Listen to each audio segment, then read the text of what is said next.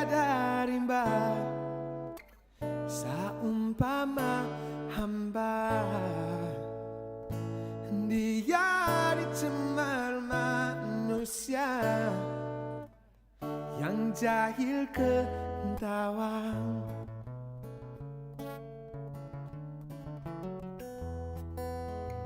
Bumi yang tiada udara, bagai tiada nyawa, pasti hilang suatu hari tanpa disadari.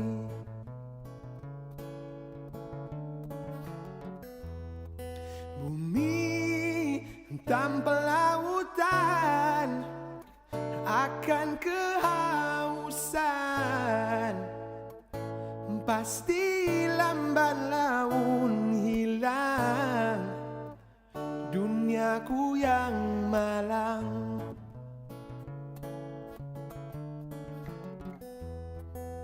Dewasa ini kita saling merayakan kejayaan yang akhirnya membinasakan. Apalah gunanya kematangan fikiran bila di jiwa kita masih lagi muda dan mentah kulihat hijau.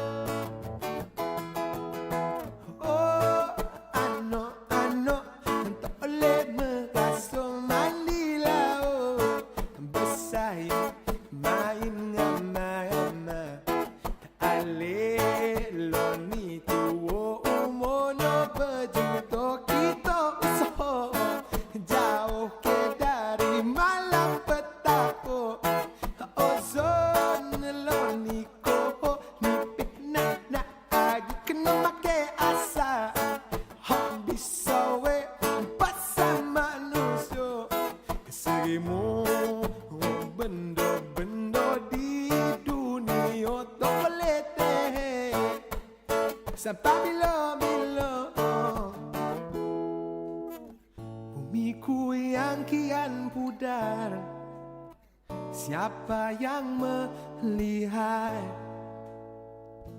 dikala kita tersadar, mungkinkah terlewat.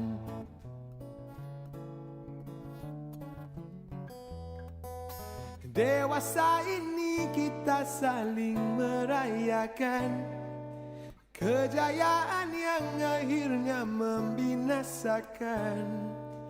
Apalah gunanya kematangan fikiran bila di jiwa kita masih lagi muda dan mentah kulihat hijau. Korupsi, obsesi, opresi diri, polusi, depresi di bumi kini. Korupsi, opresi, obsesi diri di bumiku kini, di bumiku kini, di bumiku kini. Ano tak boleh merasa mandi laut, bersayap main ngama-ngama. Alelo ni tuo mono berjuto kita usaha jauh ke dari malapetaka. Ozon lo niko nipeh nak lagi kena make asa. Bisa we pasal manusia semua benda-benda di dunia tak boleh teh sampai bila-bila di bumi bumiku kini, di bumiku kini, di bumiku kini.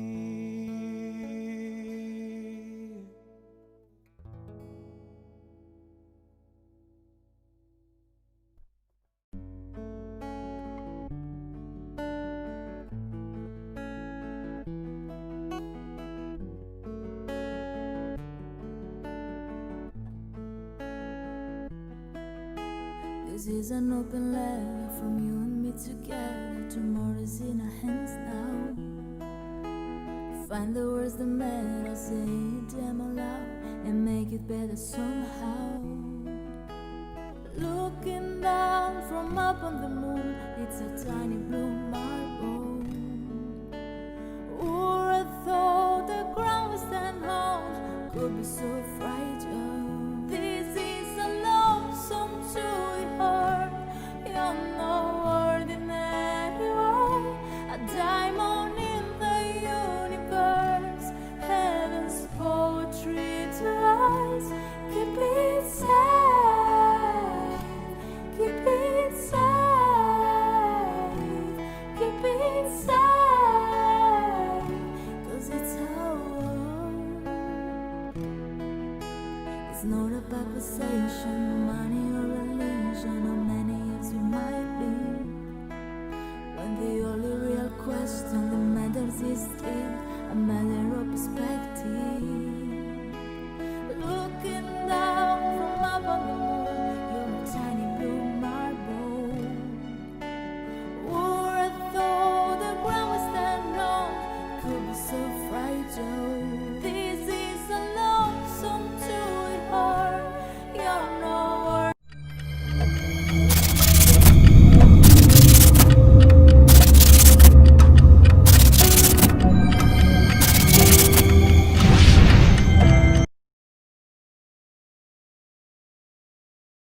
Participant for this conference.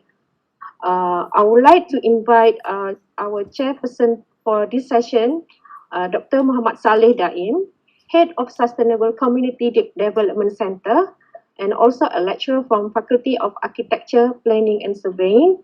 And now this session belongs to both of you.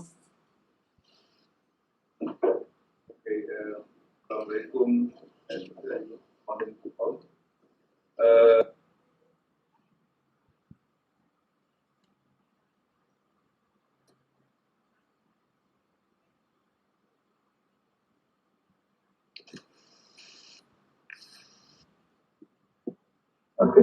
Okay. I forgot to switch on my microphone, so we restart again. So, Assalamualaikum warahmatullahi wabarakatuh, and a very good morning to all. Thank you, PM Dr. Rafia Alegino, for the introduction, and thank you to Prof. Dr. Mohd Surahman, the Deputy Vice-Chancellor for Research and Innovation, and also the organizing committee for inviting me to be the moderator for this morning's session. And welcome to all participants and viewers. Allow me to begin the session. Okay. One of the prevalent issues in the field of biodiversity management would be the relationship between human and wildlife. The mutual need on the same landscape and resources that has evolved for millions of years has changed with the development of technology, knowledge, politics, and socio-economic of the people. Anthropogenic activities have always had a great impact on or modified the biodiversity resources. Most environmental destructive practices come from misuse of common resource pools for human interest, as Garrett Hardin in 1968 called it as a tragedy of the commons. Interaction between human and wildlife is often viewed as a wildlife threat to human interests and was often referred to as human-wildlife conflict, or in short, HWC, which pose negative attention to wildlife. However, recently researchers and practitioners have added coexistence, or HWCT, into the interaction between human and wildlife, which present a more balanced approach. This morning, we are blessed to have a speaker, a prominent person, who will elaborate further on this interesting topic, the interaction between human wildlife from conflicts to existence, to coexistence. So everyone, our keynote speaker today is a well-respected person in the field of biodiversity and zoology. He has dedicated his life into the study of wildlife and work within the wildlife management uh, field. In 1990, we can see that in 1970s to 1990s, he has studied in endangered Sumatran rhinos at the Wildlife Department and National Park. Until the late 90s, he studied in Borneo on the wildlife diversity, distribution, population, ecology, and species conservation and their natural habitats at the University of Malaysia, Sarawak. From 2000 to 2014, he used molecular methods to study on the ecology, biogeography, and evolution of mammals in Borneo and Peninsular Malaysia. And from 2011, he received grants to study on zoonosis, genome, and metagenomic of primates. From 2014 onwards, at Universiti Malaysia Terengganu, he worked in the Greater Kenyir on the canopy wildlife distribution patterns in the Diprotodontic forest, wetlands, islands on the east coast of Malaysia. He's a great teacher, a great teacher and researcher, and he has motivated young minds into the field of biodiversity, zoology, and ecology. He has published, he's a good writer, a well-known writer in this field. He has published and edited 2 Springer Nature books, contributed in book chapters, published by UMT, UNIMAS, and ASM, authored and co-authored about 100 publications. 2 books won the prestigious National Book Award and UMT Book Award each. Currently, he is a professor in the School of Marine and Environmental Sciences, Universiti of Malaysia Terengganu. He received his PhD in zoology from the University of Queensland, Australia, his MSc and BSc from the West Virginia University, USA, and diploma in forestry from the Institute of Teknologi, Malaysia. He was elected and inducted as a fellow in the Academy Science Malaysia 2013 and DIMP from the Royal Highness the Sultan of Pahang that gave him the title of Dato. His research discipline mostly specialized in zoology, molecular ecology, biodiversity, and protected area management. His other hobbies are gardening and YouTubing for Abdullah channel. His publication names as Abdullah Muhammad Tajuddin, Abdullah Muhammad T, or Abdullah M.T. Without further ado, allow me to present our keynote speaker, Professor Dato Dr. Muhammad Tajuddin Abdullah. Silakan Dato. Ruangan saya is yours. Assalamualaikum. Terima kasih saudara Saleh. He was with us at the Wildlife Department about 20 years ago, and then we went different ways. One to UITM, one to UNIMAS, something like that. Thank you for inviting me. Can I have my slides, please?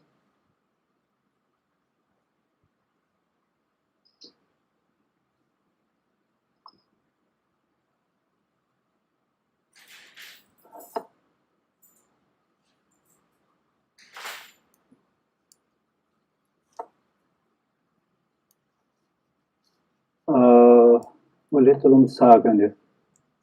Okay,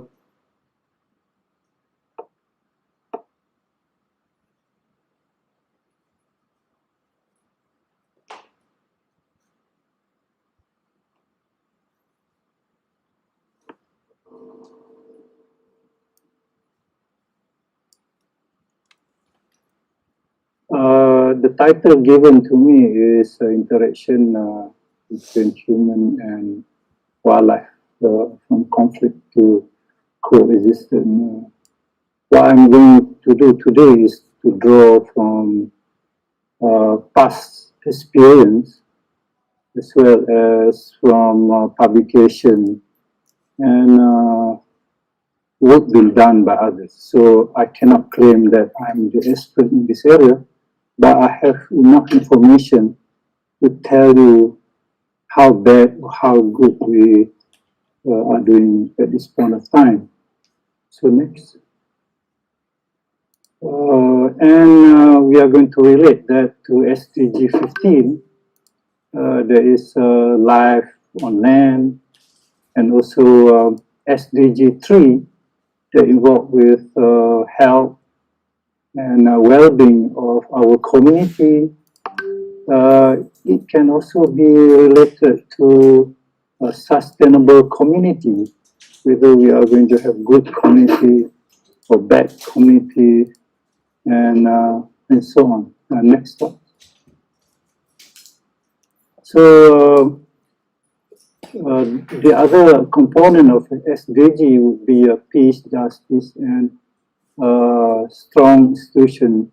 This one is equality in our work, and also partnership, meaning that you cannot work in silo, you cannot work alone.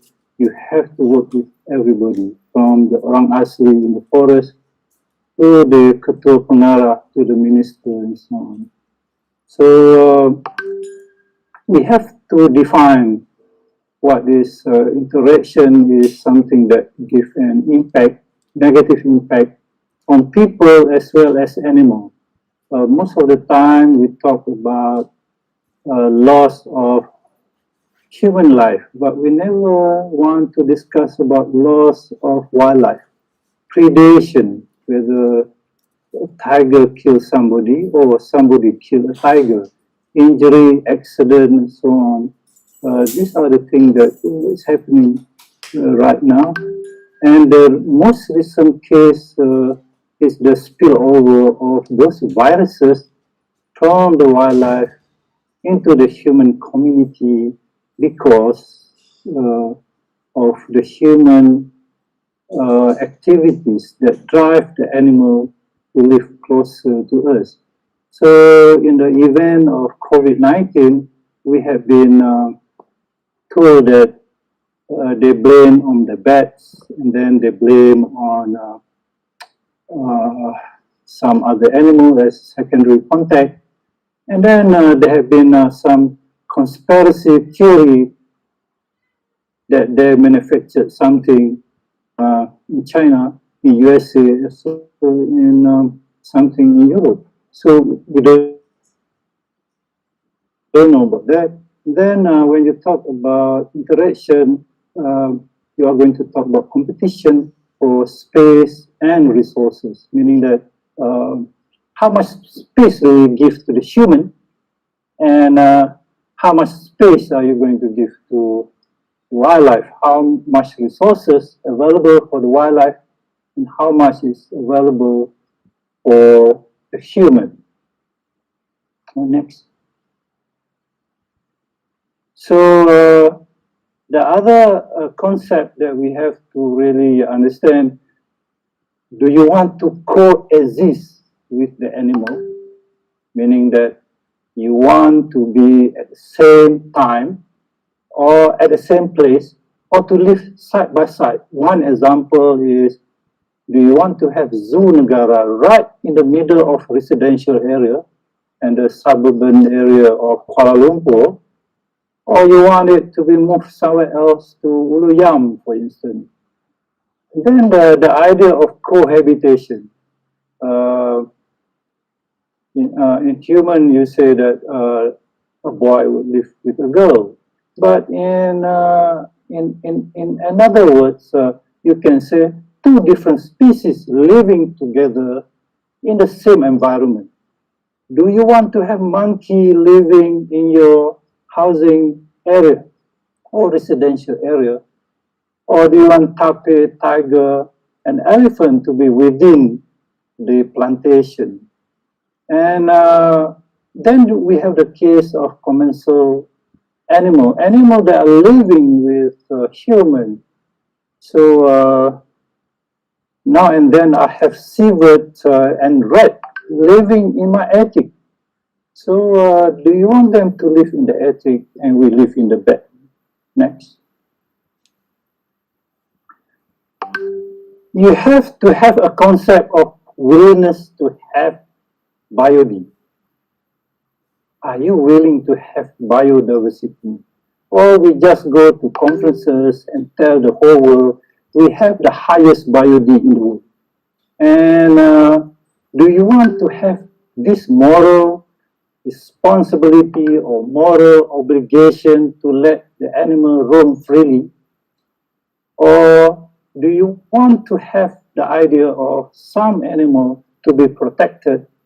And how many species are you willing to protect? And how many individuals per species are you willing to have in Malaysia? So in the case of mammal, it represents 6% of the entire global species of animals. So we have a lot of mammals in Malaysia. And the range of the representation is about 3 to 30% of the biodiversity are found in Malaysia. So there's a lot of biodiversity, and do we have that willingness to have those biodiversity in Malaysia? Next.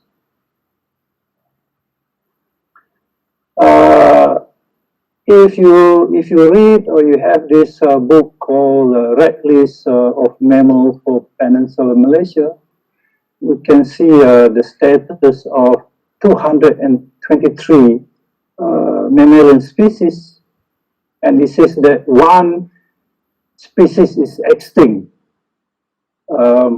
I disagree with that, because we have a recent extinction and we have previous extinction, but due to some, I don't know what's happening, but we only recognize that we lost one species. Actually, we lost more than one species. Then we have the problem of not knowing about the high diversity of animals that we have in this country. So we are so proud to have 223, but out of that, 76 species are not having enough data.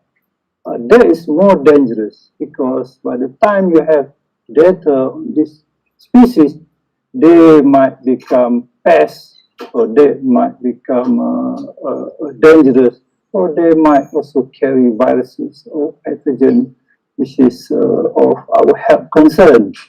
Next. This is a report by Encik Salman, which I'm going to use from over 86,000 complaints about the HWC. You have only about 9% related to tiger, and 9% related to elephant, and 1% related to tiger. But the large majority of the complaint was related to the long-tailed macaque. So while we love the monkey, we complain about the monkey raiding our house, or raiding our rambutan, or stealing the eggs from your kitchen, and so on. And next slide. And but there are a lot more of species that were not reported.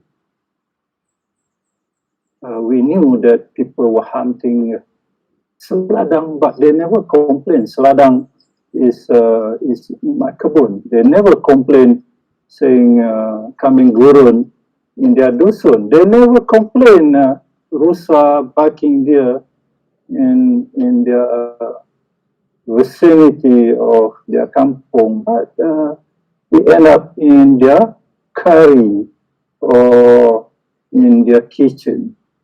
Next. This is another data that I got from Encik Salman. So the amount of crop damage amounting to 27 million. It's a lot of money, but I think this is under reporting. And for the livestock depredation, about 500,000, and we have 1,784 roadkill, and then we have 781 wildlife attack on human. Next. Then you have to understand the concept of having animal in the forest in their natural habitat. If you don't disturb them, they are okay. They are okay because these are, some of these animals are the reservoir of about 1.7 million of unknown microbes.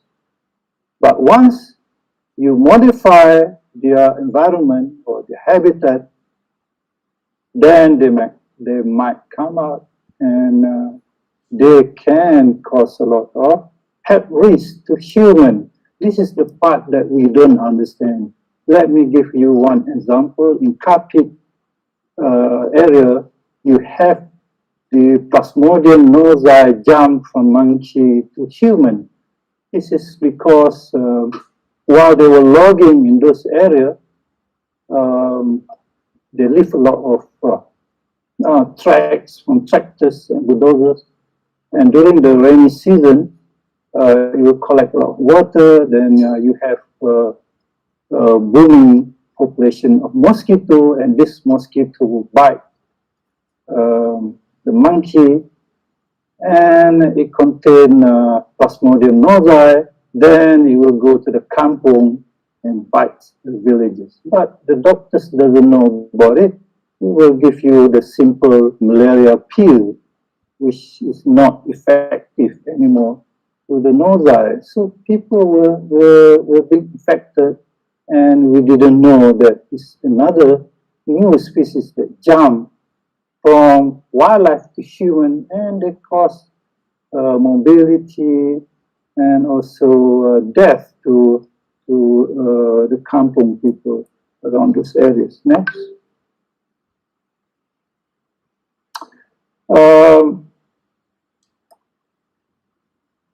Few decades ago, that was the first animal I was being asked to study, and we saw the track. But in my lifetime, in your lifetime, the animal is no more there. So next slide. So it's still been classified as critically endangered, but I can say it's already extinct in Malaysia. The last female rhino, Iman, died because of cancer in 2019. And Tam, the last male, died in May. And the last remaining Sumatran rhino died at Sungai Dusun Conservation Center in year 2003. Next. So back then, between 1975 to 1985, it was estimated about 50 to 75 rhinos in Peninsula living in small declining population. But at the same time, there was a rapid socio-economic development in Malaysia. There were a lot of logging, there were a lot of timber extraction, there were a lot of habitat loss and habitat degradation. Then those areas being planted with industrial crops. Because you have a lot of road, those areas are now easily accessible for poachers to enter. And we found a lot of poaching activity in Selangor, in Johor, as well as there are some indication in Pahang and so on. At the same time, the wildlife department were not having enough budget to do monitoring 24 hours a day, and they didn't have good equipment. Even we were using very old vehicle. We don't have cell phone and so on. So it was very, very poor condition for us living in the forest while we were looking for the rhinoceros. Next. So then between 1984 to 1986, we have to capture some animal. In fact, the first animal were captured by the villagers, and they called wildlife department, and wildlife department came there and took Jeram to Zoo Melaka, and there you go. Suddenly we have this captive breeding program. But are we really protecting the species and the habitat? Do we have a national policy to protect the Sumatran rhino?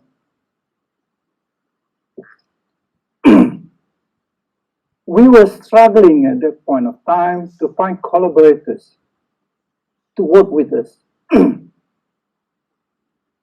People are they come and go, and they say, oh, why not you send to our zoo? That's not the issue. The issue is you have the animal in Malaysia, it's dying, the population is going down, and people are not coming in.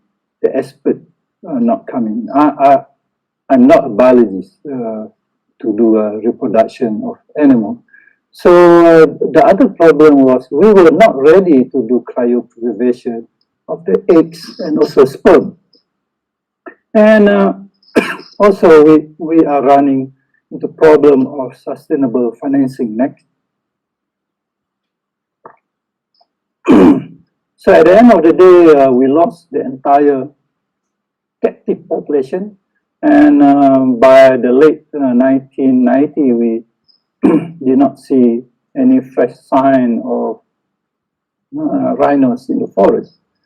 Mayan tiger is considered critically endangered. Now they say having about 180 individuals, but the recent threat now is that you have canine distemper in tiger. These are wild tiger having canine distemper. And there is a report that the tiger in USA having COVID-19. So we have to be very concerned. Now the question is that are we going to lose out all the wild population of tiger because of certain disease, or are we going to lose all the tiger because of the anthropogenic activities? So we are having this captive breeding program in Malaysia, but then again, where are we going to put this animal? Do you want to put this animal in Taman Negara, or do you want to put in Naropen, or do you want to put this animal in Belum? You tell me.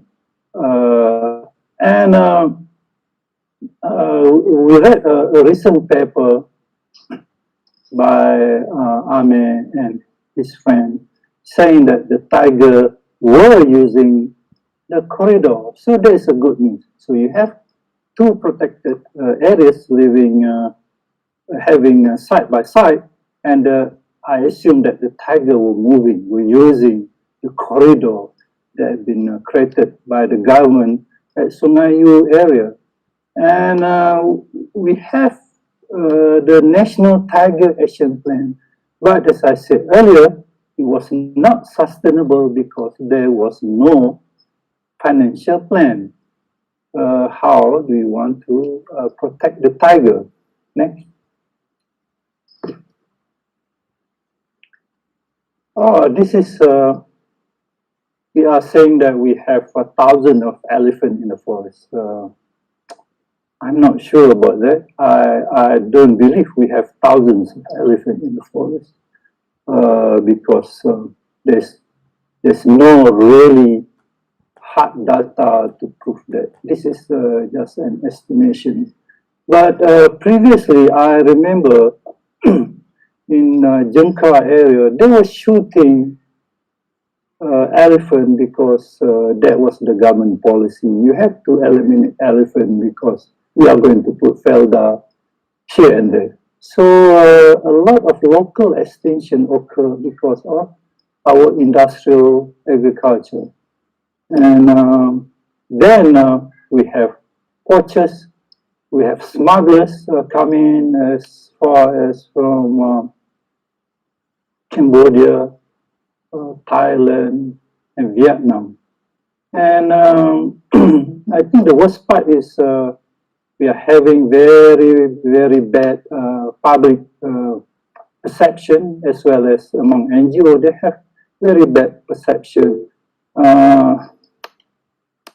I've been working in the forest. This is not an easy job to work with elephant. Some of those guys have been trampled and get killed. So it's very hard job, high risk job by the department rangers and also officers. So in the early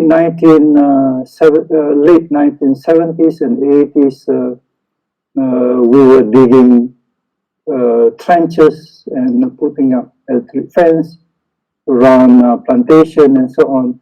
But the elephant get very smart and can still go into the plantation, and I feel they eating the oil palm.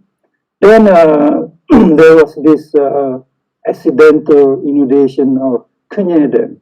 It was not planned, but there were heavy rain and the area been inundated, and I think Pak Sharif have to go down to Kenya, do some translocation. And due to the very heavy logging and also putting up a lot of plantation, our elephants swam across from Mersing into Pulau Ubin and Pulau Tekong. So we have a phone call from zoo director, Tash, please pick up your animal. So Pak Sharif went there with his team and took all those animals and translocate to Ndarumpin. We also have the Kolaganda Rehab Center, and this is for short-term measure to take all orphan elephant, sometimes injured elephant to this place and rehab them. I think one of the elephants are having artificial leg been done by University of Malaya, led by Professor Noor Azwan. So thank you, UM, for their initiative. And I think they are doing a good job. The only thing is that they have to educate the visitors who come over to Kolaganda, and while doing that, people still complain you are not doing enough for the elephant. Then we also have the National Elephant Conservation Action Plan 2013, outlining a lot of things to be done and so on. But as I said, you need money to implement those action plans. You cannot have a book without any money. Next. The Seladang is also declining in population because of shrinking lowland forests, agriculture, and settlement. You have illegal hunting before Raya. you know that there are a lot of hunting going around to get this sort of meat. And they have mitigation measures, having a general captive breeding program. Then there was some suggestion to release this animal in Sungkai. I put a question mark. I think it's good, but I don't know whether they have to implement that program or not. But as you have seen from Rhino to Sladang, of the problem are not too good for our wildlife. Next.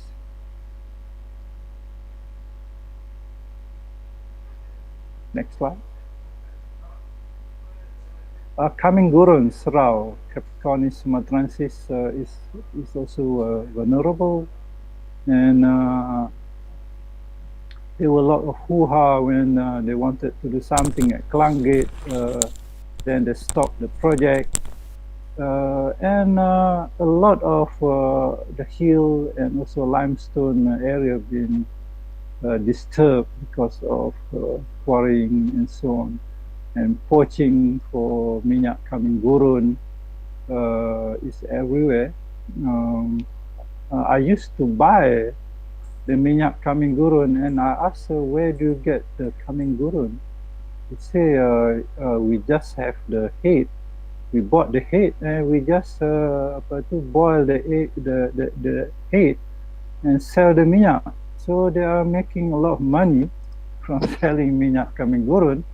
The only mitigation measure is having a totally protected status and heavy penalty. I remember at one point of time, they arrested hunting party with coming gurun and with a shotgun, and these are well organized hunting party. So I would suggest that we should have a very heavy penalty rather than asking them to pay some money, because they will pay whatever the cost that you are going to put to them. Next slide.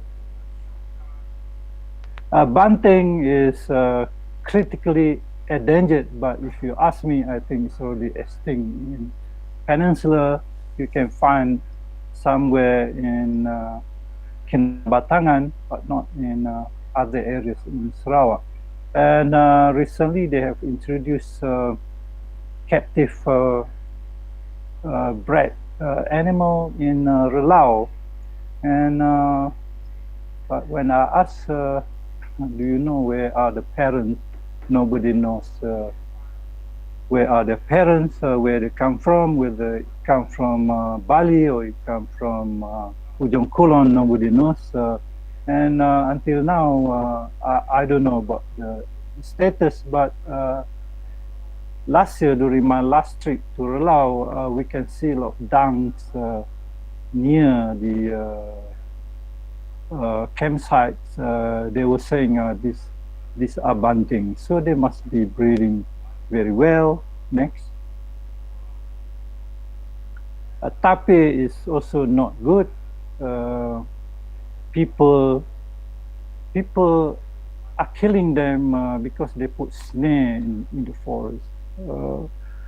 They don't really target for tape, but unfortunately the snare, this tape, and a lot of tape being killed because of we have a lot of roads. They don't know where else to go, and they get killed on the road. And they have put up a captive breeding program in Sungai Dusun, and there was some suggestion.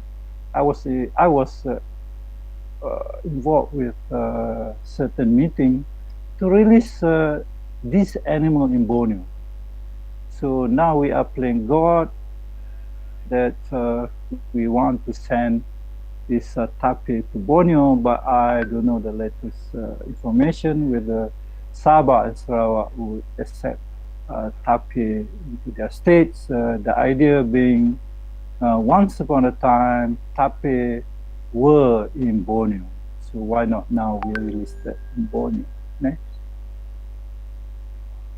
Orangutan is also not doing very well, having the same problem.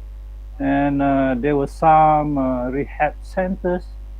There's one in Bukit Merah.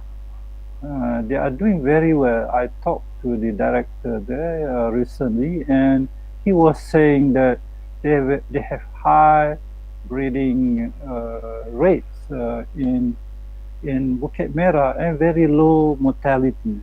So even that, some NGO say, why are you doing this in Bukit Merah?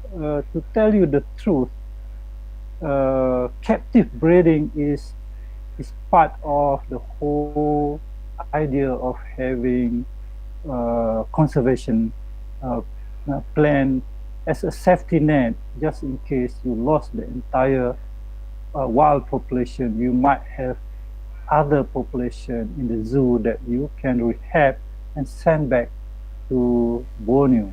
Next. Samba is not doing very well. It's shrinking, and this is because a lot of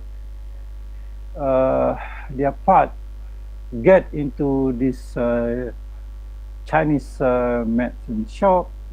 They were having service and found most of the bile parts, and they even found live animal being kept for sale.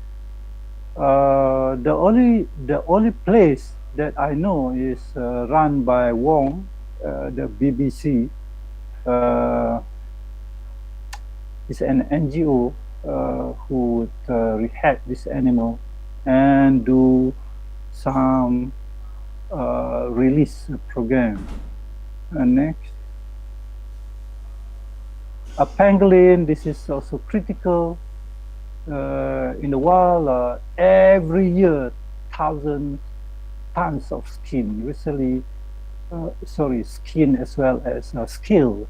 Recently, it was estimated about a few million worth of the scale being confiscated by the wildlife department. And this animal is also blamed to carry some diseases to the human population, those who consume the meat that is not well cooked. And I was told, and I think there was a session showing they were successfully breeding the pangolin by some biologists in the wildlife department. Next.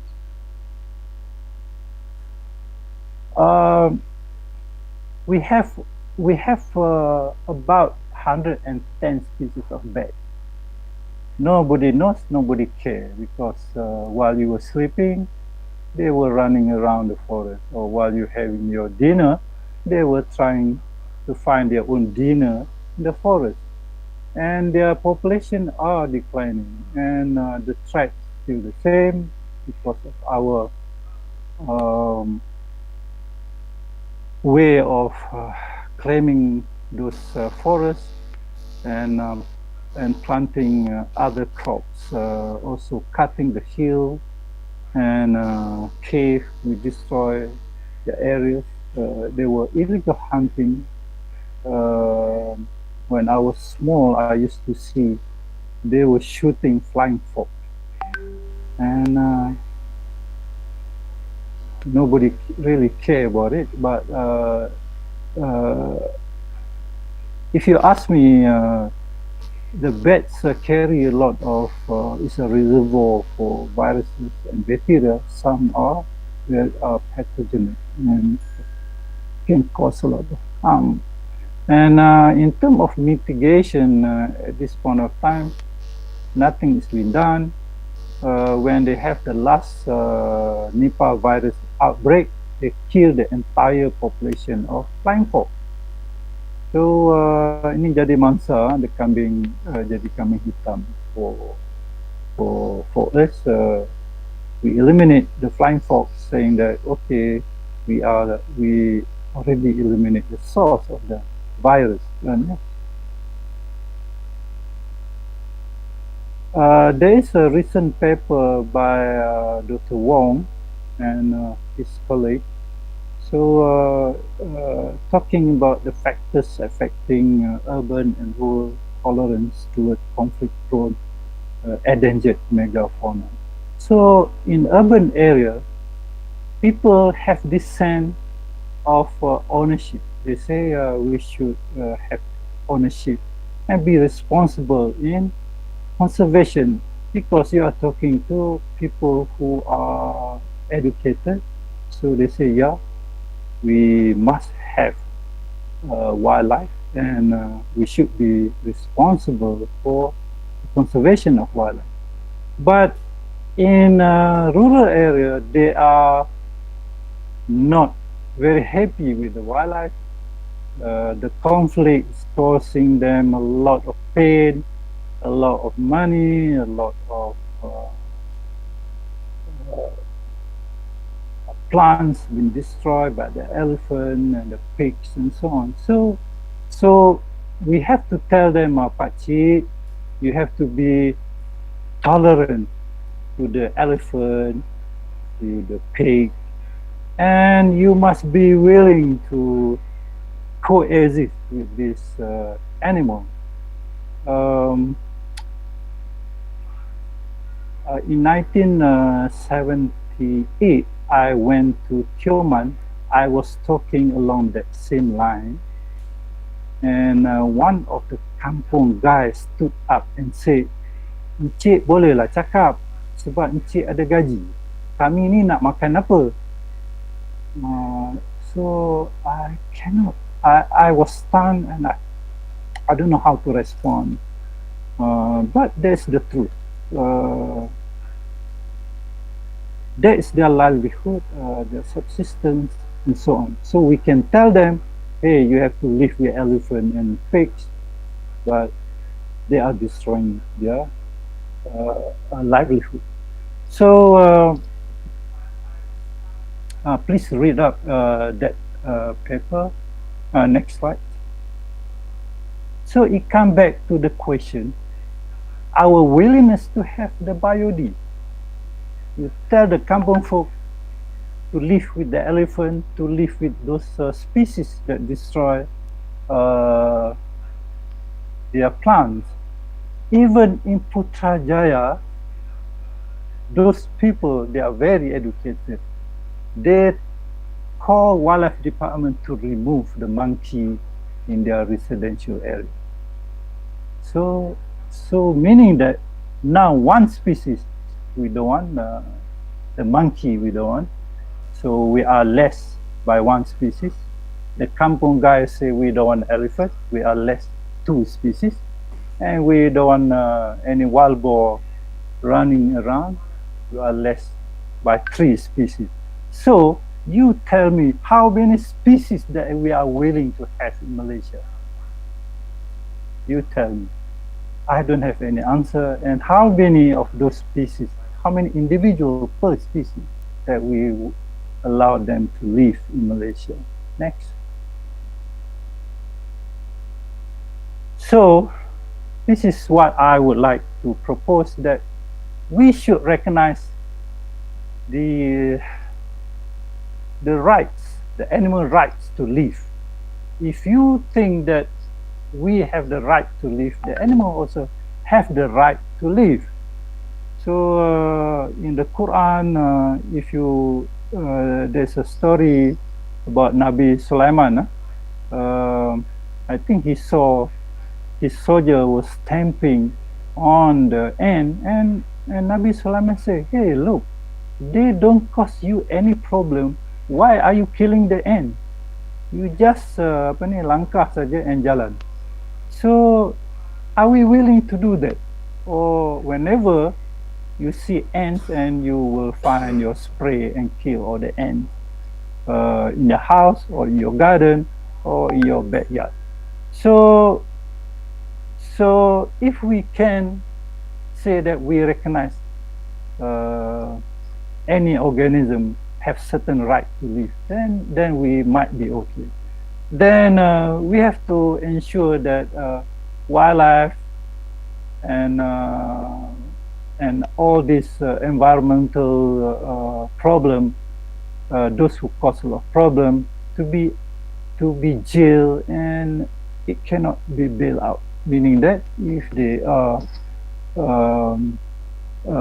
shooting any animal, or they are dumping toxic waste in the river and cause a lot of kelah or other animal or other species to die because of that toxic dumping, and it's going to be automatic jail, and they cannot bail these people out until the case is clear.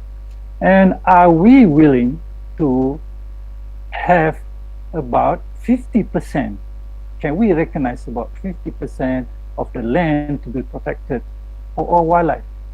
At this point of time in Peninsula, based on Wildlife Department data, we only have 5.4% of the land area being protected for the wildlife species. Are we willing to have 60 to 80% of the water bodies to be protected for the wildlife? Then we have to do habitat restoration. There are a lot of empty habitats. If you drive along the highway, there are huge stretch of areas that have to be replanted and so on.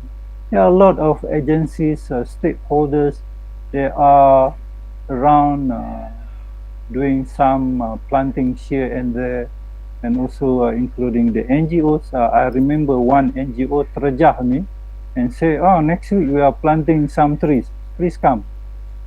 So I have to come there, but sorry, I did not go there, but I sent a busload of students to plant the trees at the roadside. Then we should recognize that these resources must be co-managed. You cannot let the government do all this work. We have to have the sense of ownership. So let the orang asli, orang kampung, orang bandar, orang kerajaan sit in the committee. I think they are doing that in Sarawak. They have a committee comprised of all the stakeholders and giving ideas to manage protected areas in Sarawak. Now for the mammals, you have 76 species not having any idea where they are, how many there are, and so on. And the next thing we are going to know that some of these species are gone. So there is a real conflict of us, including me, staying in the university, not knowing enough of this animal. So we want to work on very glamour animal. Everybody want to work on elephant, everybody want to work on orangutan, but nobody want to work on, let's say, a rat, a species of rat. And the other problem, the other conflict that that in the future would be the 1.7 million unrecognized microbe that is being harbored by a lot of these wildlife species. So and if we cannot recognize that, we are certainly going to have few more pandemic in the future. Next. So these slides from the Wildlife Department, from the Ketua Pengarah. I think the acknowledgement was down there, it's now missing. So there are only few scattered areas, few little dots on the map of the entire Peninsular Malaysia. And I think the government have this physical plan of the Central Forest Pine, but if you drive down, you will see that these areas are actually not connected to each other. So I don't know what to say, but this is what we have. What you see is what we have, but it's only 5.4% of the entire 13.21 million hectare of land in Peninsula. So it's a very minute percentage compared to the other land being used by human, and also for other purpose, let's say areas for watershed and so on. Next. So we have to consider, one is we have too many laws. Banyak macam-macam law, pening kepala kadang. You have to harmonize the wildlife governance. So people were asking me, kenapa this department looking at the resources but sitting in other ministry? Why can't they just sit in one ministry? Don't ask me. That is the Prime Minister punya prerogative to say which ministry the department should be in. But you see, it causes a lot of problem. For instance, they have the marine park, thinking that if you have a marine park, you don't care about the terrestrial. But the pollutants are coming out from those who operate the hotel. I went to Perhentian, I saw that they were discharging right into the area where they have the marine park. And you cannot do much. There is no treatment plant and so on. So somebody have to think about this, the politician, the ministers, the prime minister, the orang kampung, orang hotel, orang pula perhentian and so on, orang pula tioman, have to say where we need one department to look into these natural resources. And it's very ironic that you protect the wildlife, but you never protect the habitat. To me, if you protect that wildlife, you must protect the habitat. But you protect the wildlife, then in another breath you say, okay, this animal have to be removed because you want to construct the road. So it's very ironic. You remove the animal because you want to do a road. In China, we travel from Chengdu to a mountain, and at first I was counting how many tunnels they have. Then after 30 tunnels, I stopped counting, and it was so many tunnels that they drill the tunnel. You have to drive from one tunnel to the other. And I said, wow, this is very good. Dia tak kacau their wildlife. So we are not doing that, but instead we are going to cut across the hill, and then at the same time we are going to do the viaduct. Why don't you just drill the hill and don't do the viaduct? So these are the questions that the engineers have to work with the biologists. The whole world is saying development is sustainable. In my whole lifetime, I don't see that in Malaysia. I don't see that. When you have elephant there, you remove the elephant.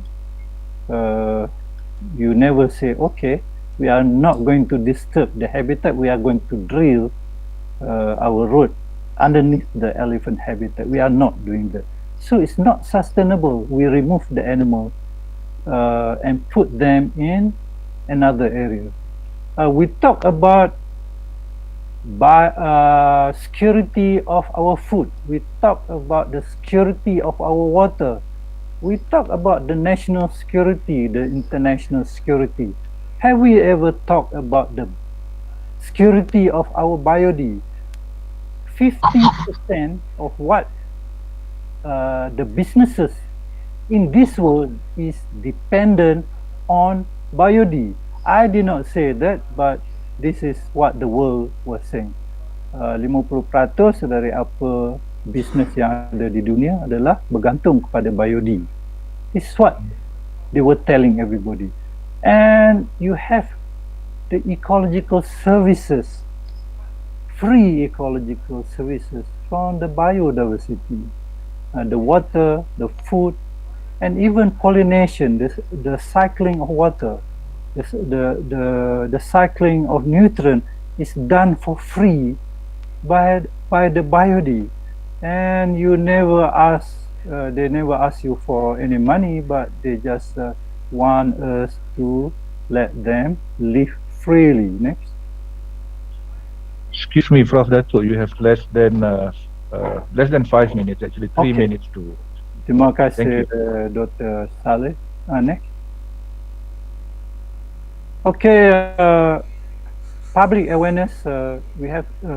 You have to do a lot of public awareness because a lot of negative perception. We need help from everybody.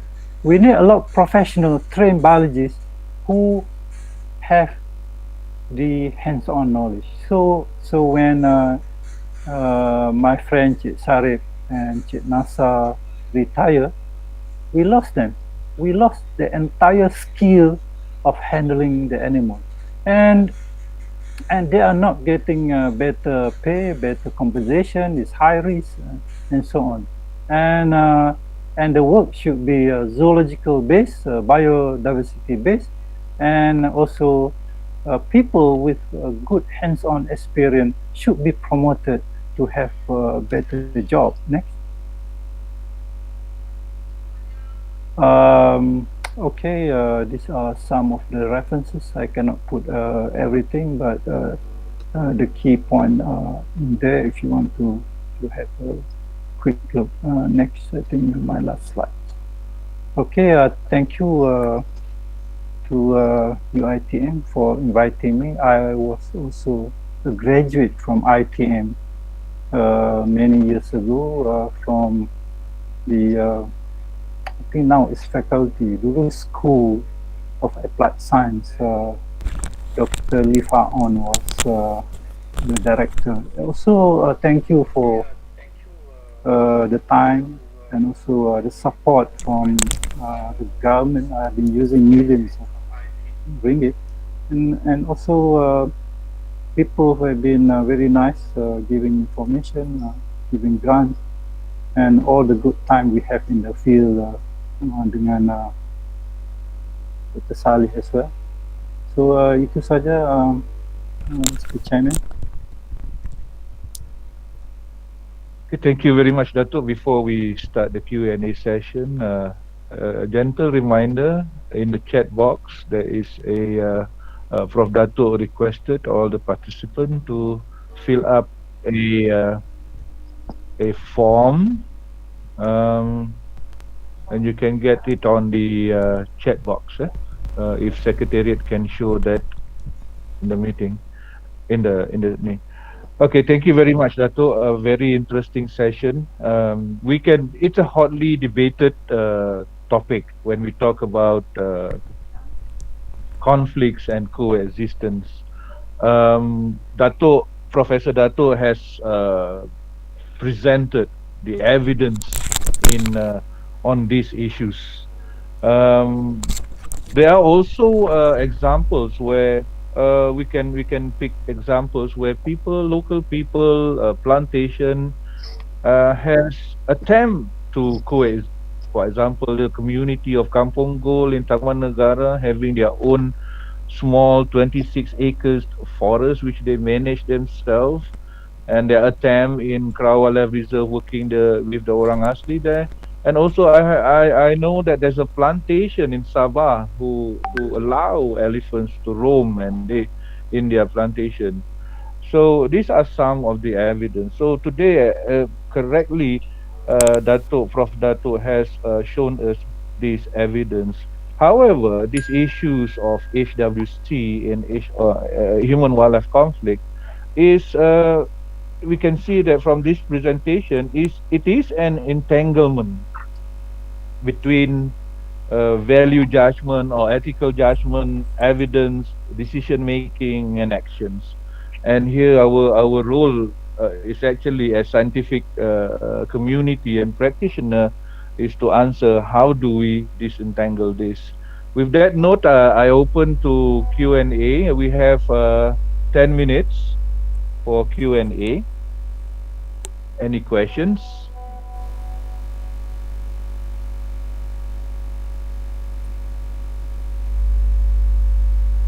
Assalamualaikum Dato. Salam. Nazid here. Apa khabar? Baik, Alhamdulillah. First of all, thank you Dato for accepting our invitation. It is, I think, your talk has inspired us because in UiTM we are actually beginning to embark on many biodiversity projects by the setting up of the institute, and then we are offering also program in biodiversity management in Jangka. My question is related to some efforts and initiative by the government. We aware that the forest fragmentations that occurred in the past few decades has affected the movement of the wildlife, and we know that the initiative that we call CFS, Central Forest Pine, in which the idea is to provide the ecological corridors for the wildlife. With your vast experience in wildlife and zoology, what do you think? How successful it is in terms of providing wildlife corridors? In terms of connectivity. So, will that be able to assist or to facilitate the conflicts between human and wildlife? Thank you, Dato. Terima kasih, Prof. Nazib. I've asked everybody to read the paper, recent paper published by in Journal of Wildlife and Park, and in that journal it lists a lot of species that have been using the corridor, but there are a lot of other questions you can ask, whether the work had been done before, ada tak data sebelum ada dia punya viaduct and so on, and what are the frequency and whether they can identify those species that travel back and forth at the viaduct. Yang tu data tu tak ada dalam paper, but in that paper is to me is a good basis for us to say that well the animal, the elephant and even tiger were also using the viaduct. There are problems with viaduct because we look at the perspective of ourselves, that we thought if we put at the valley, the animal would use the valley. In our previous experience, when we walk along the pematang, the ridges, the animal were using the ridges to move from one valley to the other valley. So they would walk along the ridges. And when we build our highway, these are the places that you are going to bomb and cut and do a highway. So so why can't they just having the ridge up there, they just drill a tunnel and have tunnel instead of cutting the whole hill. So this is engineering aspect of the work, because they never want to consult the ecologists. The other problem is that animal never ever recognize your way of thinking. You think that if you have a valley there, everybody will go there. I've seen one example where the elephant refused to walk through the viaduct. The video, I think the video from the Lembaga Lebuh Raya Malaysia, you can request that. The problem being, they were very noisy. Kalau you duduk bawah viaduct, bila kereta lalu, so noisy, and the elephant were walking and suddenly turned back. The elephant turned back and refused to use the viaduct. So this is only one evidence that I've seen. The animal refused. The animal will walk over the highway when they think that there's no threat to them. So even the noise become something of a deterrent for them to use the area that you nicely built. Then we were in KK the other day, and we were talking to Dr. Jamili, and we were discussing about this problem. Are we going to invest certain amount of money to save the wildlife, or are we not going to build a highway? So it's a question. If you think that you can generate a lot of economy and it's worth to have both the highway as the viaduct, then please go ahead and do those sort of things. But I feel strongly that if you are going to build highway, then you have to talk to the biologists where is the best place to build the viaduct. So if you have a hill, please drill a tunnel. In Europe, they were building bridges, overhead bridges, and then planted trees over the bridges. But then again, I never see their publication how effective are their overhead bridge to connect two different portions of forest. So I don't know whether I answer you, Prof. Yes, thank you, Dato. You give some insight on the effectiveness of viaduct. Thank you. Yeah, Secretary, do we have time for one more question, or should we end? We have 2 more minutes before 10. So I think we can have time for one more question. So any question? There, Dr. Mazlan Chetso has a question. Dear Prof. Dato, I had 2 questions.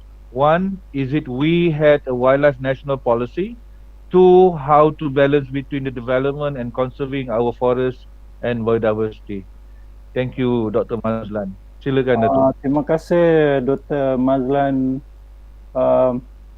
We only have the national biodiversity policy, but as I said, we never ever do an assessment of the policy.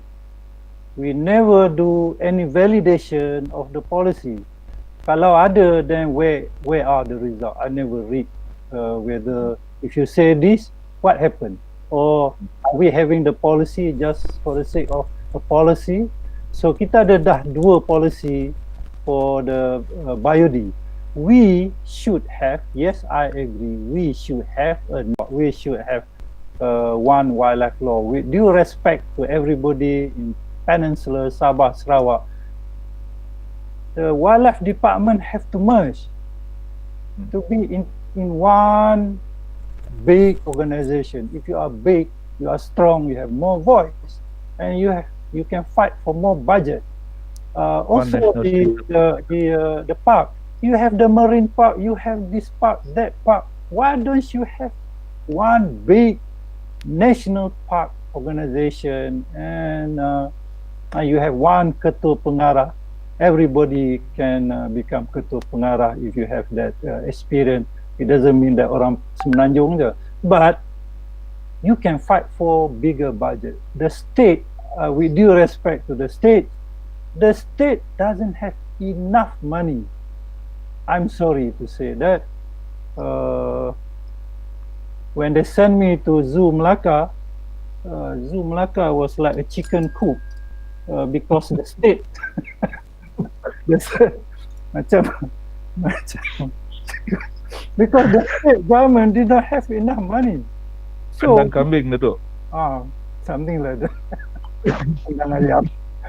Because the state government doesn't have enough money. So what we did was we write a big proposal, and Ketua Pengarah, terima kasihlah Tuan Najib Muhammad Khan, bring that proposal to the federal minister, and Zoom have a lot of budget to throw away those cook and build proper facility. So itu yang saya cadangkan to consider having harmonized law to integrate everybody under one roof. Kementerian, we have maybe Kementerian Alam Sekitar dan natural resources to have all these national park as well as wildlife department and forest department under one roof. We have problem bila kita kerja dalam wildlife department, nak masuk dalam hutan or the forest reserve, they say, do you have permit? I was an officer, government officer, need another permit from another government office. That is so ironic. So yes, I agree. We should have a national policy. We should have a national law, and how to balance between development and biodiversity. As I said earlier, are you willing to have biodiversity? The willingness to have. If you say yes, then the next question: are you willing to give 50% of the land area to the animal? I have posed that question. Please sebarkan kepada participant PDF file. If you say, yeah, we must protect the wildlife, the tree and so on, then bagi 50% daripada tanah di Semenanjung kepada pokok dan hidupan liar. Are we willing to do that? Terima kasih Tuan Pengerusi. Klasik tu Dato', kandang ayam tu kan, kawan ayam tu klasik tu. Orang Melaka Yeah. Well, it's true. It's true. I agree fully with Dato'. And while we are talking about wildlife, we need to also talk about habitat, Dato'. Yeah, and we don't have a national protected area policy. And we have one law, the Taman Negara Act, 1986, which is a dormant act on protected areas, only being used one in 2005 for Penang National Park. So this is something interesting. Thank you, Prof. Dato', for a very insightful presentation. We can see evidence that conflict with wildlife are getting worse. I think Prof. Dato', you can agree with me there. And this also has encouraged the scientific community and the practitioner to find new solution. We are also trying this in few of our projects, right? Using bees and whatnot. Allowing me to leave this session with a note for us, since in this platform we are mostly the scientific community and practitioners. I want to leave this session with a note for us, the scientific community and practitioners, to ponder upon. In the attempt to find solution for these issues, we can see that can we reduce the anthropogenic or anthropocentric biases, by adding more neutral definition to the HWC, to human-wildlife conflict. As I mentioned in the opening, human-wildlife conflict is often seen as wildlife threats to human interests. So I would like us, to share, for us to think about, in the very beginning of these issues, can we start thinking about this? can we reduce these biases in when we're talking about human-wildlife conflict? Can we give a more neutral definition to it? Includes human pressure on wildlife and its habitats on the definition instead of only using wildlife causing damage to human interests as a definition of HWC. So with that, I hope this field can go further, in as an opportunity of study, of future research on this matter. And thank you very much again to Prof. Muhammad Nazib Suratman. Sekarang kita dah jarang masuk hutan Prof. Next year insyaAllah, Dato' Saleh. Camping lagi. Yes. And Prof. Dato' Tajuddin, Mr. Ya, T, saya nak cadang Prof Nazib supaya program Biodi ini upgrade pada faculty lah. Dan Dato', no, is this in the seriously. pipeline, Dato'? Yeah, I think if you park under another faculty, with due respect, you have done a lot of work. You have this field station and so on, which you can embark. Then orang akan nampak UiTM is very serious having a faculty of biod. Then you are going to be the center of attraction. This is the future, Prof. Yeah, thank you. That is Saleh and me. We have embarked on that efforts few years ago, and what happened now? We start small with the setting up of the faculty, and we would like to strengthen the human capital, the expertise in that area. Inshallah, we'll be ready by then. Dato', thank you. Bagus lah. paper masih ada lagi Dato'. Ya, saya dah pencen. Paper faculty masih ada lagi Prof.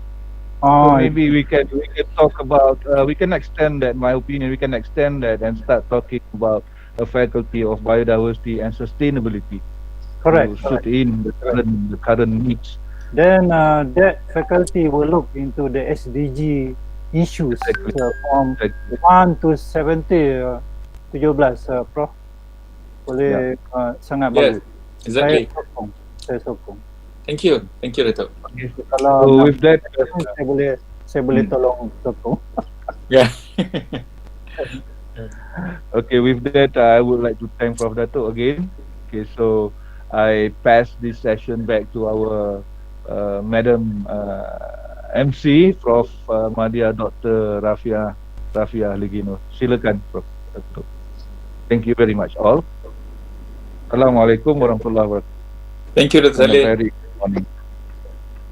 Thank you very much, our keynote speaker today, Professor Dato.